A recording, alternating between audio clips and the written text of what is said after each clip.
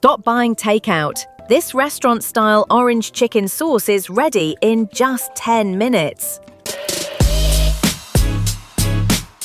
1/2 cup orange juice, 2 tablespoons soy sauce, 3 tablespoons sugar or honey, 1 tablespoon vinegar, 1 teaspoon orange zest, 1 tablespoon cornstarch, 2 tablespoons water for slurry, 1 teaspoon garlic minced, 1 teaspoon ginger grated, 1/2 teaspoon chili flakes, 1 tablespoon oil.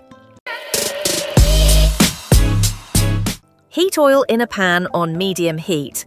Add garlic and ginger. Sauté for 30 seconds until fragrant. Pour in orange juice, soy sauce, sugar and vinegar. Add orange zest and chili flakes for that bold flavor kick. Let it simmer for 2 to 3 minutes so everything blends together.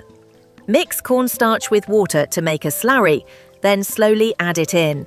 Stir continuously until the sauce thickens to a glossy, sticky texture.